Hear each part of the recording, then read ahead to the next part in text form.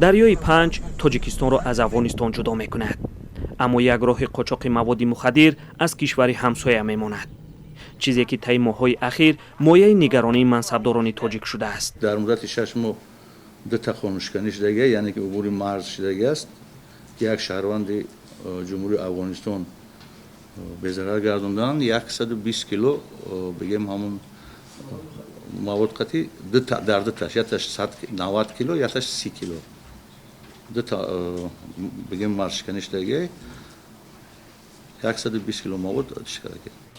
شب 12 سپتامبر مورد نوی قاچاق مواد مخدر از افغانستان به تاجیکستان ثبت شده است. مرزبان‌های تاجیک گفتند قاچاقبران اطاعت نکردند و درگیری صورت گرفت. با فرضیه رسمی حشیش‌های آورده قاچاقبران مصادره شد، ولی خودشان به سمت افغانستان گریختند. طرف تاجیکستان میگوید انتقال مواد مخدر از افغانستان بعدی به قدرت رسیدن گروه طالبان افزود. این نکته در نشست رهبران کشورهای آسیای مرکزی روز 14 سپتامبر در دوشنبه هم صدا داد. رقم‌ها دلیل روشن این گفته‌ها می‌باشند. مقامات با صلاحیت کشور ما تنها سال گذشته در مرز با افغانستان حدود 5 تن مواد مخدر را مصادره نمودند. این نشان دهنده نسبت به سال 2021 22% زیاد است.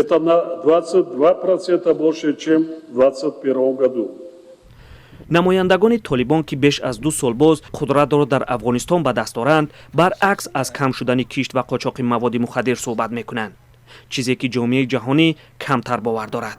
تاجیکستان با افغانستان که بزرگترین تولید کننده مواد مخدر در جهان است، زیاده از 1300 کیلومتر مرز دارد و تیراندازی با قاچاقبران در سرحد هر سال تکرار می شود.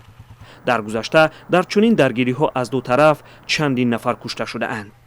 محمود جان احمدزاده، آزادی، مرز تاجیکستان افغانستان.